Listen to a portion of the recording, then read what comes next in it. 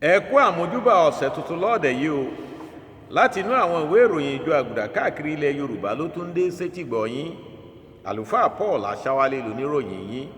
Láti iléeṣẹ́ ìgbóhùnsáfẹ́fẹ́ ti Space TV nílùú Ìbàdàn náà láti ń kàn sí yín. Ẹ kú déédéé wòyí. Ṣáájú, ẹ gbọ́ kókó tó wà nínú àwọn ìròyìn náà bẹ̀rẹ̀ látẹkùn Èkó. Ẹ má jẹ́ ká máa fọ̀rọ̀ sáwúrú ju fúnra wa o. Lóòótọ́ làwọn kìrìsìtẹ́nì ń kojú ìgbóguntì ní Nàìjíríà. Bíṣọ́ọ̀bù àgbà ẹkùn Èkó ló sọ bẹ́ẹ̀, ojú ìwé kìíní The Catholic Herald ló wà. Iléeṣẹ́ Pápá Mímọ́ ti gbóṣùbàràǹdẹ̀ fún ẹ̀ka inú ìjọ Àgùdà tó mójútó ìgbaniwọlé àti ìṣenilọ́jọ̀ sórílẹ̀-èdè Nàìjíríà, ojú ìwé kẹrin Herald ló wà.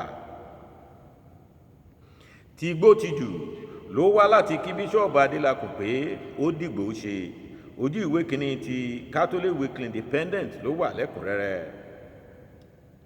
Àwọn ọmọ wa gbọ́dọ̀ padà sílé ẹ̀kọ́ o, ojú ìwé kẹrin Independent ní gbàjarè yìí wà. Báwo làwọn ọmọ ìjọ ṣe lè jẹ́ aṣíwájú rere kí ìwé òfin wọn náà sì yé wọn yékéyéké? Àlàyé yìí wà lójú ìwé kẹwàá ti CDA Rock láti ẹkùn Abẹ́òkúta. Ẹ̀tàn ìfẹ́ Kristi dọ́dọ̀ àwọn ẹlòmíì náà. Àwọn ẹgbẹ́ ọkàn mímọ́ jùlọ ti Jésù ní Bíṣọ́ọ̀bù Abẹ́òkúta pàrọwà yìí fún, ojú ìwé kẹwàá lòun náà wà lẹ́kùnrẹ́rẹ́. Ǹjẹ́ ní báyìí, ẹ jẹ́ ká kán lu agbami ìròyìn tọ̀sẹ̀ yìí. Ẹ má jẹ́ ká máa fọ̀rọ̀ sáwúrú ju fúnra wa o. Lóòótọ́ làwọn kìrìsìtẹ́nì ń kojú ìgbóguntì ní Nàìjíríà. Bíṣọ́ọ̀bù àgbà ẹkùn Èkó ló sọ bẹ́ẹ̀ nígbà tó ń dáhùn àwọn ìbéèrè kọ̀ọ̀kan láti ẹnu àwọn oníwèé ìròyìn This Day ni Most Reverend Dr. Adéwálé Martins títún ṣe bíṣọ́ọ̀bù àgbà ẹkùn Èkó sọ̀rọ̀ yìí. Ó ní kò yẹ ká máa fòyìnbó pera wa lólè lórí ọ̀rọ̀ ìgbìyànjú láti sáwúrú ju pípa tí wọ́n fẹ́ pa àwọn kìrìsìtẹ́nì run lórílẹ̀‐èdè yìí. Èyí tí ó ní a fi ń bá ara wa jiyàn pé ṣé genocide ni tàbí kì í ṣe genocide bí èdè òyìnbó ṣe pè é. Àríyànjiyàn yìí ló ní kò mú ìdánilójú ohun tó ń ṣẹlẹ̀ kúrò, èyí tí í ṣe ìgbógun ti àwọn kìrìsìtẹ́nì. Bíṣọ́ọ̀bù àgbà yìí fi kún pé láti ìgbà tí ààrẹ ológun ìjọ́sí Ibrahim Babangida ti fọgbọ́n rí Nàìjíríà bọ àjọ orílẹ̀-èdè mùsùlùmí lágbàáyé ní ìgbìyànjú láti pa ẹ̀sìn kìrìsìtẹ́nì run ti bẹ̀rẹ̀. Ó ní ó tún wá le sí bí òfin ṣàríà tún ṣe fìdí múlẹ̀ ní àwọn ìpínlẹ̀ kan lórílẹ̀-èdè yìí.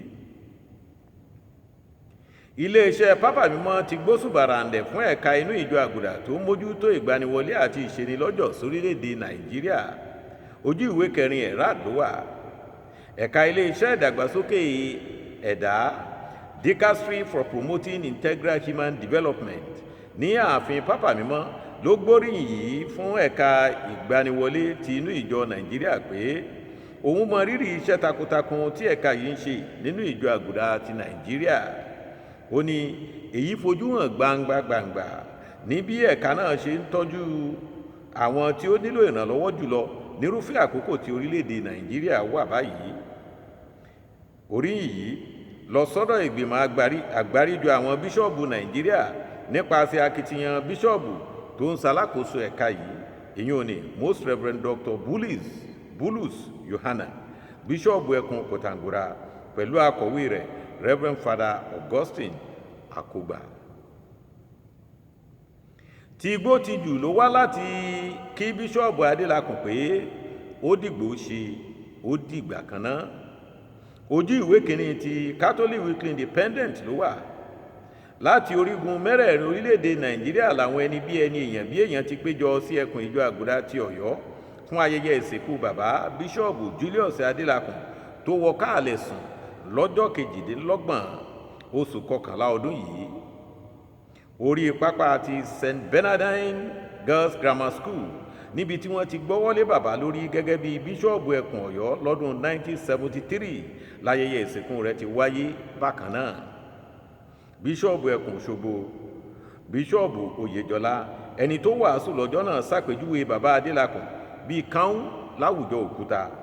Ó ní irúfẹ́ bàbá dàbí ẹni tí à ń bá pàdé lẹ́ẹ̀kan ṣoṣo láyé tígbà ó sì tún yípo.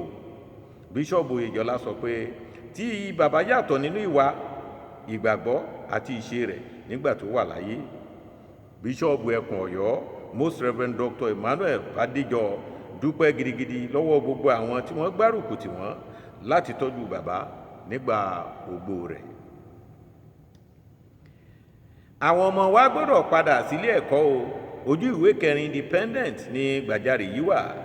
Ìwé ìròyìn yìí sọ pé kàyéfì ńlá ni ọ̀rọ̀ gómìnà ìpínlẹ̀ Niger, gómìnà Umar Bago àti akọ̀wé ìjọba rẹ̀ Alhaji Abubakar Gawu láti da ẹ̀bi àwọn ọmọ ilé ẹ̀kọ́ St. Mary Catholic Primary School Pápírí ní ìjọba ìbílẹ̀ Aguda tí wọ́n jí kó lọ sígbèkùn lé àwọn aláṣẹ ilé ẹ̀kọ́ náà lórí.